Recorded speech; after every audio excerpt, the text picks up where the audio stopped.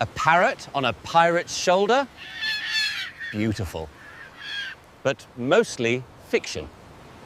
In reality, parrots were rare and expensive.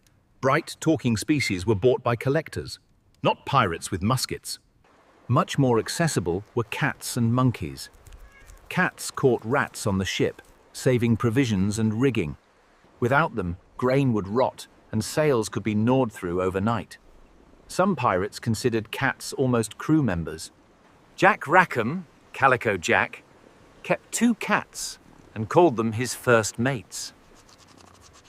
Monkeys. They were like a living circus.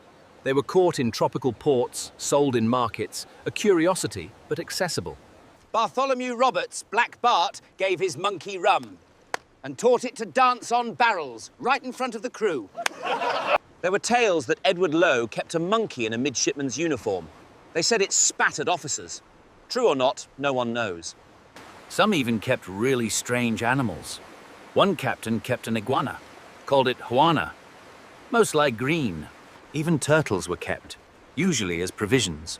But sometimes a pirate would grow fond of a turtle and wouldn't cut it for luck. Piglets, goats, small dogs, everything could be found on ships. Pirates loved anything strange, especially alive and funny. Parrots are for fairy tales. But a real pirate went into battle with a monkey on his shoulder.